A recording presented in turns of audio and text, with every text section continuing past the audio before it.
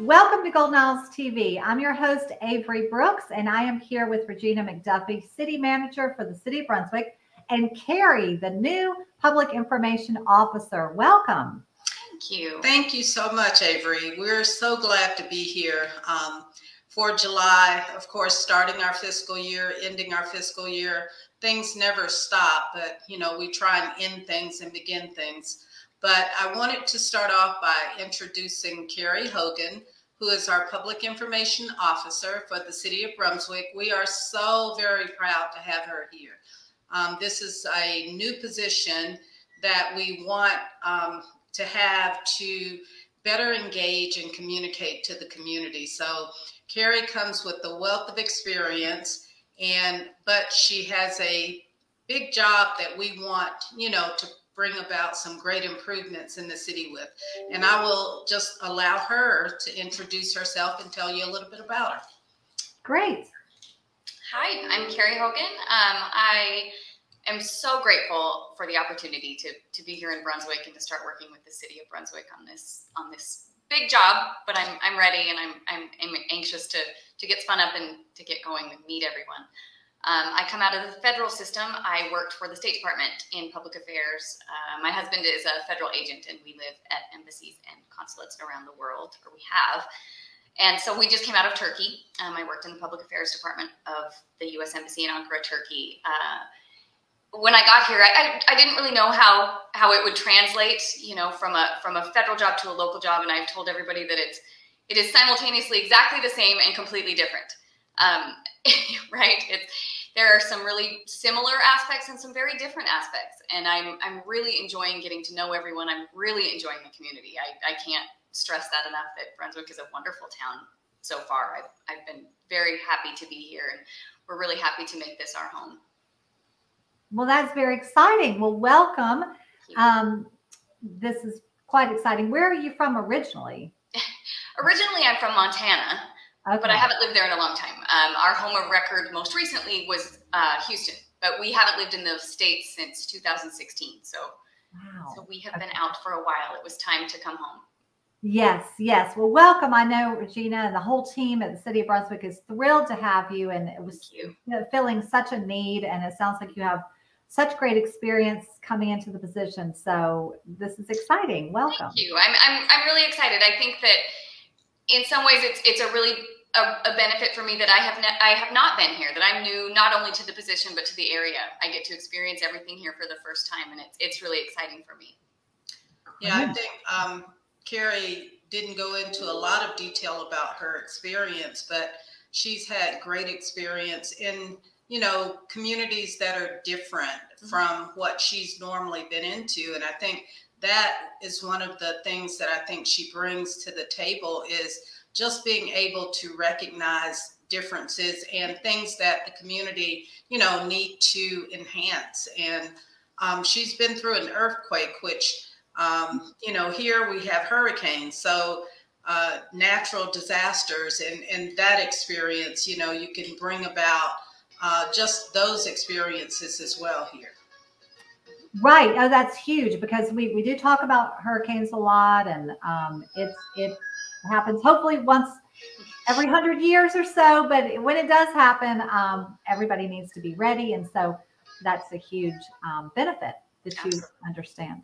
Yeah, that's something that I've had to kind of adjust to, adapt to since I've been here, is hurricane preparation. It's a little bit different. I've been in tornado situations more in my previous capacities, but the preparation for hurricanes is a little bit different, I think, than what you can do or what is done for other disasters. So it's a learning experience, but it's also something, if you know about emergency response, it definitely, can correlate with some of the experiences that you've already had. Yes, absolutely. I agree. Do you want to talk about what you will be doing in this position? Like some of the things, your new initiatives or anything you're going to be working on? Right now, everybody's focus is on hurricane season. I'm working a lot on disaster preparedness for hurricane season, but also, a lot of community things. Again, as someone who has never been to the area, I'm really excited to get to experience all these things for the first time. You know, I went to First Friday. I went to, you know, the wellness walk. I'm excited to do farmers markets. I think it's a really big opportunity for me to get out in the community and see where I'm going to focus some efforts. You know, we have to develop a voice as the city of Brunswick, and I'm excited to see where that goes. That's great. Yeah, I think that's a very good way to look at it, to kind of developing a voice for the community. And one of the great opportunities is that this is, you know, a position that is just newly created. And although we have been trying to do some of the components of it with other personnel, this kind of brings it to a position that, you know, we can actually focus and center and make some primary decisions on things that are important and that we need to, you know, put resources to. So I think, you know, it's a great opportunity to have that ability to create. Right. Kind of starting fresh and seeing what you can do. Yeah. Right. Yeah. I'm very much looking forward to it. I'm very excited to really dig in and get going. Yes. Well, we're very glad to have you. And the City of Brunswick, it's a perfect time. Don't you think? We talked about, Regina, like so many great projects. And this is just another thing to sort of move the city forward. So. Agreed. Exactly. Yeah. That's exactly right. You know, one of the most important things I think of improvement that we've been working towards is communication and relationships and, you know, community outreach and engagement. So this will be a great part of that. And just being able to get out messages, the right messages, you know, effectively communicating to the public and also, you know, getting their input on what we're doing here at the city. Absolutely. Well, like we said, this show will air in July. So what do you want to talk about the 4th and what's going on then and other things, you know, other things in July? Well, I'll start off by talking about the budget, which we, again, will be approving as of June 21st, excuse me. And of course, our fiscal year starts July 1st. We have a $20 million budget, which is almost $2 million more than it was last year. And we are incorporating also some ARPA funding of $4.1 million into the budget, which will provide some support for housing programs, for transit, for the Howard Coffin Park, and for our continuation of business support, which, you know, is pretty much every aspect of the daily lives of our citizens. We want, you know, to be very impactful economically with our budget, as well as supporting the services that we provide to our citizens. So I'm very excited about the things that we have in the budget and, you know, looking forward to moving forward. But as culmination of the current fiscal year, we just had a wonderful fiscal year of, you know, things that we accomplished during the year. And I know throughout the year, you and I have engaged and talked about most of them. I guess the biggest ones is the loss negotiations that we went through with the county and the passage of the SPLOST, which we just got in funding, our first check for the funding of the SPLOST, and it was $640,000, part of the $2.9 million that was collected countywide from the 1% sales tax for the SPLOST. So we were very excited, you know, to start earning and getting that money in so that we can start some of the major capital improvements in the community. The city also just went through the wellness walk, and we also had a state of the city, which I think I talked about earlier. We had, you know, just a wonderful amount of events and activities that we've supported throughout the fiscal year. So just this, you know, talk about the start of the fiscal year. Of course, you know, we always start with the 4th of July celebration at Mary Ross Park. And if people visit Mary Ross Park, they'll see that we have some work going on there, some improvements that we're doing in the park. So we're excited about that, plus First Friday. And I'm excited about this upcoming, we have some more, you know, areas of development downtown. We have some new businesses moving in and just some really cool stuff going on downtown. So if you have any other questions. Well, talk about, are there fireworks celebration? You know. Oh, yeah. Uh-huh. It's kind of funny. I mean, we have just a really wonderful fireworks event down in Mary Ross Park. And every year I have missed it. Ah. So I hope that Carrie's going to be here. Going. Yeah. I'm going. I'm excited. My birthday is the next day, so I always am very excited about fireworks the night before. It's sort of a culmination to my birthday. Welcome you into the world. Right. Yeah, we're very excited. Yeah, so we have that going. And then, of course, you know, throughout the month, the farmers market has been building up on Saturdays, and we have some other events going on downtown. We have music in the squares during July and throughout the month. So those are some other things that we want to promote for people to just come downtown and, you know, feel the safe and wonderful environment that we're trying to create. Right. No, we're excited about that. And we can put a little screen sort of just talking about that July 4th celebration. So talk about a little bit, like you said, moving forward in the new fiscal year. It's really y'all's new year, if you will, you know, starting new projects. What are the projects you're most excited about during this new fiscal year? Well, it's kind of like and we had a department head meeting this week that talked about some of the things that are still pending that we've been working on, that we hope to move forward in the new fiscal year. We will be getting a very new fire truck, which it's about $1.6 million. So it is a huge, huge investment. Wow. So, of course, you know, to support our fire services for the community, our Class 1 fire service. But, you know, it's just a really big investment for the city. We also have the parks improvements, which we have the splash pad, which I think I talked about earlier. That timetable has just been moving very slow, but it's coming together. They've started, will be putting in the concrete pad and everything. So hopefully that will be finished before summer. Also the fitness court, that's another park project that we're looking at. You know, a lot of investment in our parks, in our squares.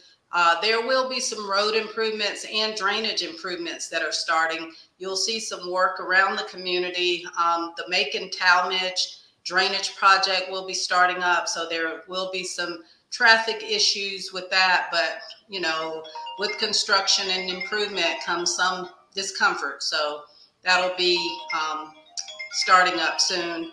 And then we have some road improvements as well. So a lot of different things going on and coming up in the near future. Right. And I know we talked about the sports and recreation, parks, of course, all the improvements, but sports and recreation is going to be big this new year. So that's very exciting. Can you talk a little bit for a second? One thing that's kind of been buzzing around is bats, you know, the transportation situation. Can you touch on that a little bit more today? Yeah, and Carrie will be able to learn about the bats. It's the Brunswick Area Transportation Study Committee. And of course, there are 3 different components of it. It has a citizens advisory, it has a technical assistance committee, and then it has a policy committee. And the BATS meets on a regular basis, and it reviews all of the projects that are going on, transportation projects specifically, that are going on in the community. I think the biggest ones that are being talked about are outside of the city of Brunswick, mostly over on the island with the Sea Island project, with the roundabouts that they're trying to put at Demery and Sea Island Road, and the Sea Island Road and Frederica roundabouts that they're trying to put in. So that's basically what I think has the public attention right now. We do have some resurfacing projects on Highway 17 that'll be coming about. And then we're looking at we have been pushing for, you know, some safety components of the Bay Street corridor. So those are some of the other specific projects that are being looked at now, as well as some bridge projects. But most of the bridge projects are in the county as well.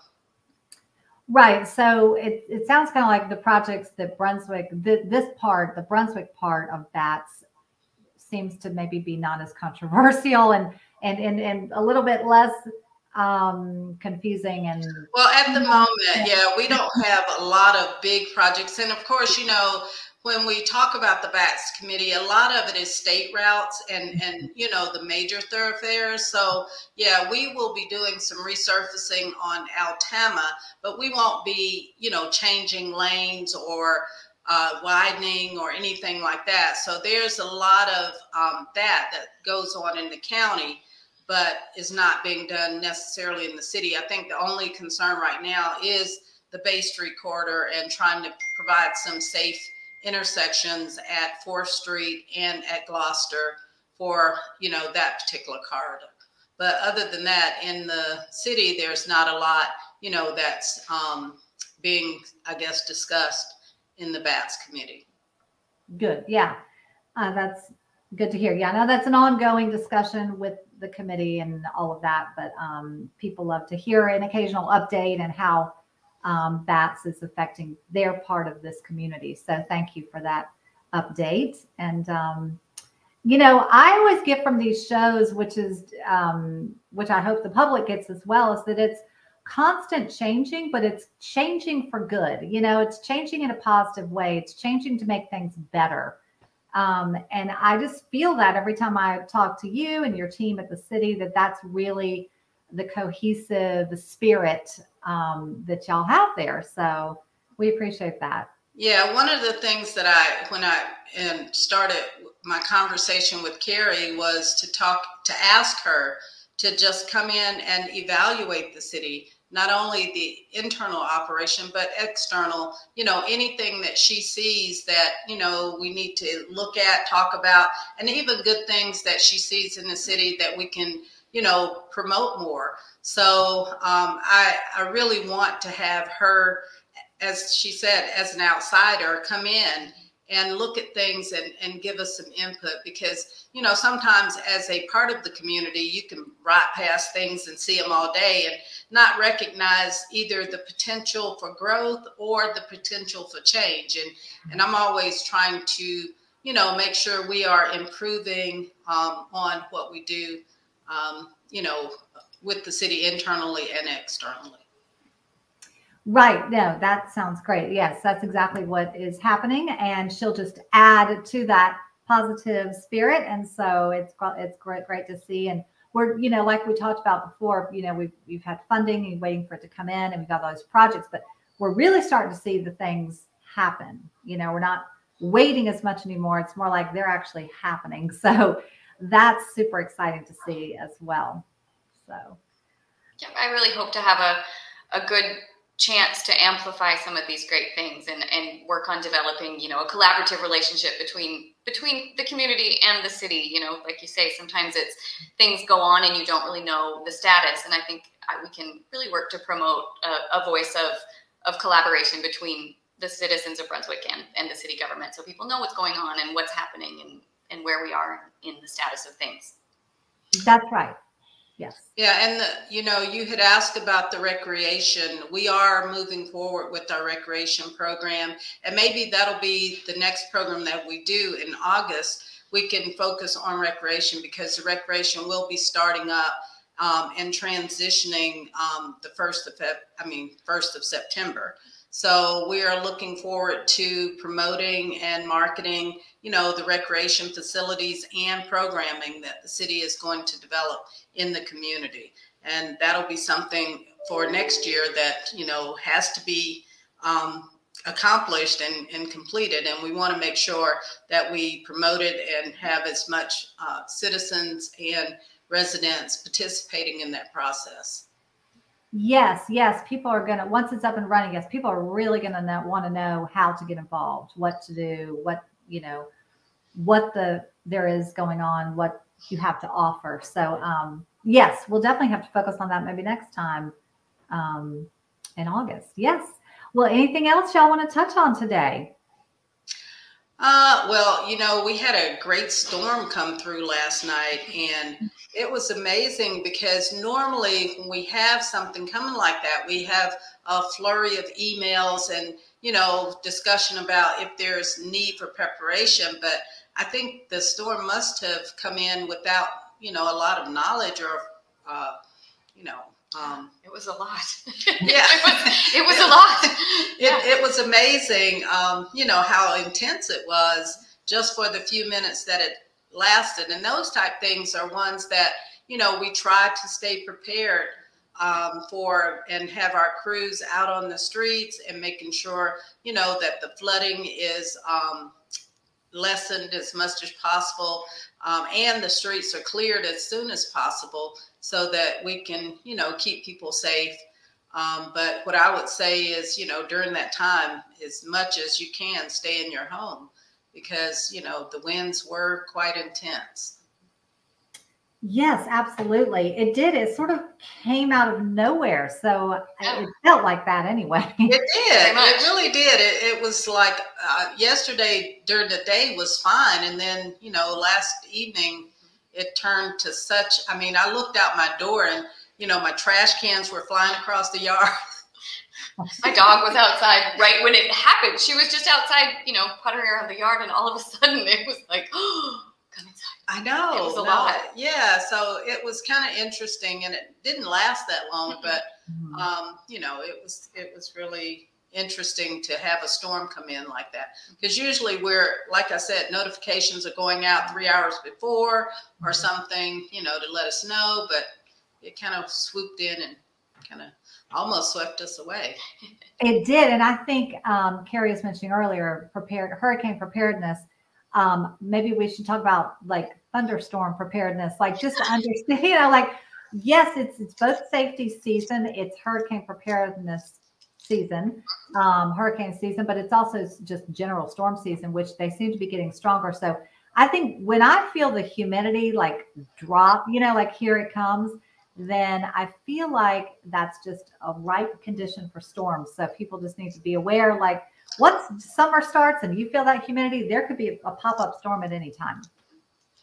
Yeah, and that's the thing. And again, we try and be very much prepared for it. Last year, we did a lot of preparation where we had barricades staged and sandbagging and things like that. So we're going to start working on that as well for the upcoming season, hopefully before it gets too intense. Yes, sounds great. Well, but I'm sure Carrie is looking forward to the hurricane. No. Let's hope not. I've not had a hurricane since I've been here. Not a real one. All of them have. Yeah, all of them have kind of skirted past us. So I'm hopeful and thankful that they will continue to do that. Yes. Let's hope. We need a big break between those last two that hit, back to back. So a few years ago. But yeah, it sounds great. Thank you so much for Carrie for coming on the show and introducing yourself. And we are so excited to have you and so glad to be with you, Regina, and look forward to shows in the future. Well, thank you so much. Thank you, Avery. Thank you for having me. You're welcome. Okay, bye. Bye.